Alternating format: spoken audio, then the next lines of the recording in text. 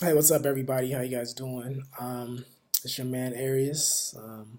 I'm back on the computer. Been really busy working and stuff, but I'm back. So yeah, I just wanted to address a few things. Yeah, it's really cool. I'm really excited to see like such a vibrant discussion on this topic of Yoruba history, and it's really inspiring to see so many people who are interested and with so many different perspectives. Um, But there's this topic that people have been debating pretty vigorously. Um, this topic of whether the ancient Yoruba people um, were from Egypt.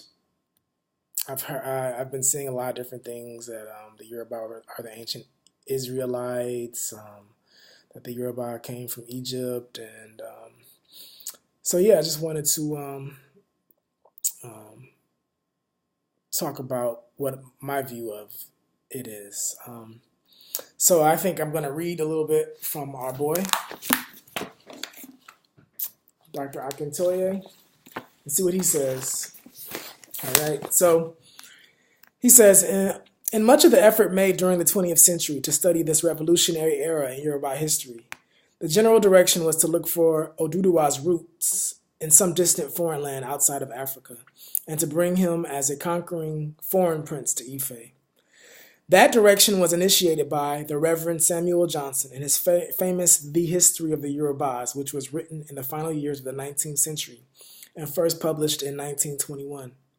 According to Samuel Johnson, Oduduwa was leader of a group which left Arabia in the Middle East as a result of clashes between Islam and the traditional polytheistic religion of the place, and which finally found its way to Yoruba land and established itself over Ife. Until deep in the 20th century, some of the best minds available to us in historical scholarship took up Johnson's lead and followed it, and therefore it is important that we briefly examine the roots of Johnson's ideas concerning early Yoruba history. Okay, so a son of Yoruba immigrants liberated slaves returning home from Sierra Leone in the 20th century, Samuel Johnson was educated for the service of the church. After elementary education in this church missionary society, he was sent for secondary education to the Church Missionary Society Training Institution in Abeokuta, where he studied from the age of 16 until he graduated at the age of 20. All right. He then returned to teach in Ibadan until 1882, after which he repeatedly was featured in the peacemaking mission seeking to end the wars among various Yoruba states in the last 2 decades of the 19th century. The book, The History of the Yorubas, which he started to write in those years, was completed in 1897. At the Training Institute in Abeokuta, he had schooled under a German teacher named G.F. Bueller, who, while training his students as church workers, gave them a very solid grounding in ancient history, the history of Egypt, Babylon, Greece, and Rome. All right. From such beginnings, Johnson developed a strong interest in the history and mythology of the Middle East. Moreover, Johnson's Yoruba land of the late 19th century was increasingly affected by the growth of Islam and Christianity, two world-shaping products of the Middle East. In particular, with Islam came the knowledge of Western Sudanese myths and legends through the writings of Muslims of the Western Sudan, including Hausa land, especially of the writings of Sultan Bello of Sokoto, which contains some Sudanese myths about Yoruba origins. Above all, the 19th century was in Europe the golden age of the study of history and civilization of ancient Egypt. The ancient Egyptian writings had just been deciphered, and the expanding knowledge of the wonders of ancient Egypt was creating a great excitement in the world of scholarship. The writings of the emerging class of literate Yorubas was commonly laced with Egyptian and Middle Eastern references, analogies, and mythology, a practice apparently regarded then as a mark of erudition, as a reading of the Lagos newspapers of the time will abundantly show. All these influences combined to shape much of Johnson's The History of the Yorubas, and to account for his his linking of all important details of the early beginnings of Yoruba history to the Middle East. Let me read that again. All these influences combined to shape much of Johnson's The History of the Yorubas and to account for his linking of all important details of the early beginnings of Yoruba history to the Middle East. Thus, Oduduwa became a personage from the Middle East, and Iranians' migration northwards to the Niger country became a journey with the Middle East as its intended destination.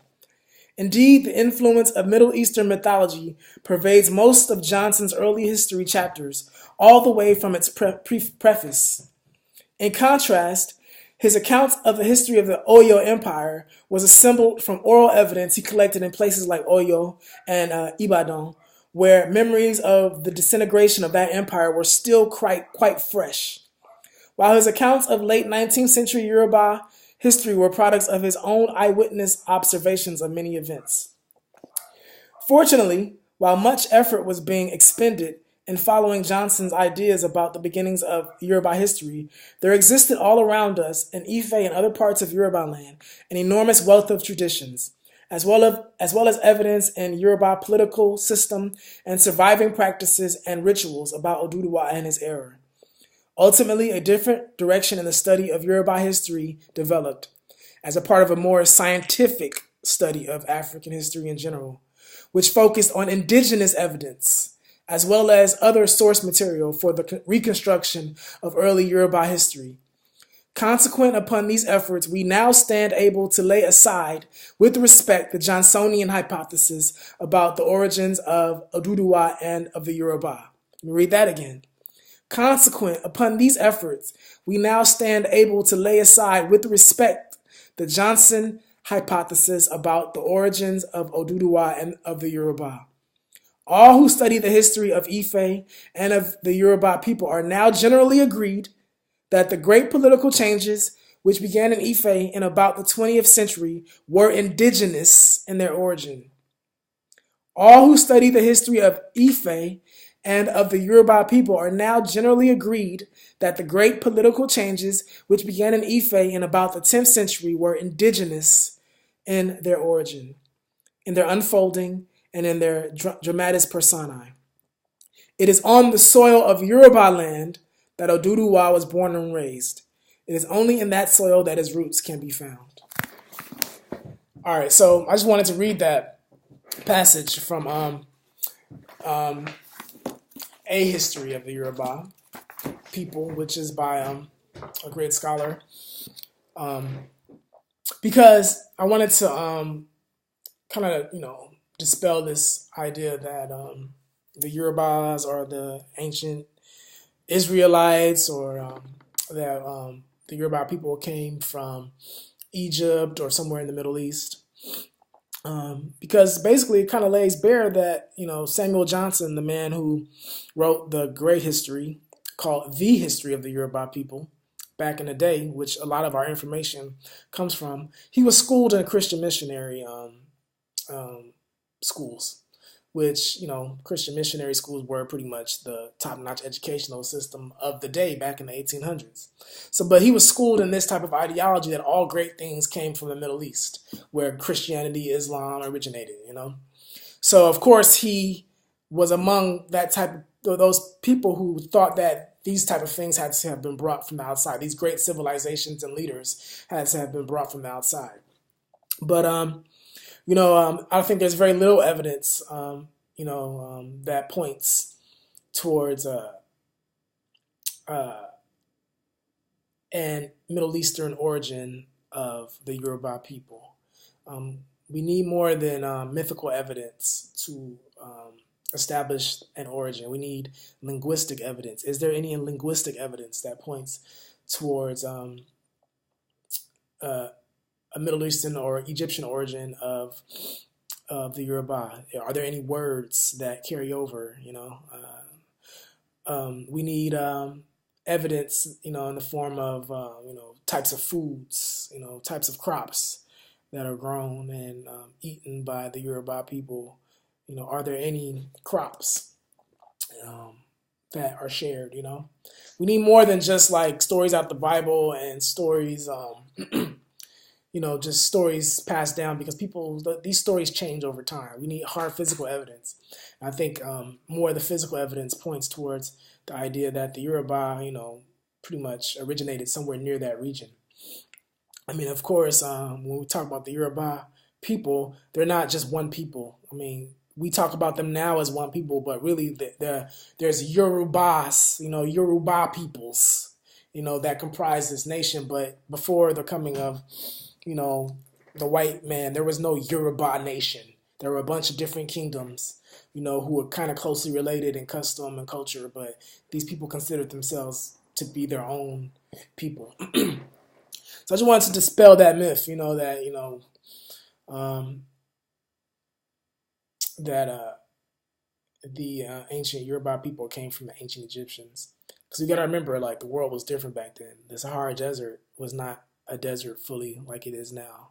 I was recently watching, there's this new documentary on PBS called The Human Odyssey, and it pretty much traces the travels of humans from Africa to the rest of the world. And they propose the idea that, you know how the Nile River runs south to north? Well, there are many rivers that ran through the Sahara Desert from Central Africa through the Sahara Desert that had a delta or outlet into the Mediterranean. There are many rivers, and so that provides for a whole new construct of how ancient African civilizations existed, how they traveled, how they were able to spread. So it's we gotta think about our own biases. When we are constructing or trying to reconstruct history, especially African history, because a lot of us as Africans have been so affected by Islam and Christianity that a lot of times we've lost, like our perspective on who we are. And that being said, I just want to address, like the tone of a lot of the debates on the page. It's kind of like I noticed that when we start debating, we just get so nasty with each other. You can't just disagree without disrespecting each other. And I think that's something we need to think about and address. Because a lot of people on the page, think it's well intentioned. Everybody feels like they're right and everything, but being right is cool. But you want to respect people when you disagree with them. Like I don't really like some of the things that have been said on the page, but I do appreciate the interest in the topic. I think it's really cool to see so many people interested in, African history and stuff like that. So, yeah, I hope that is more food for thought and fuel for discussion. So, talk to you later. Peace out.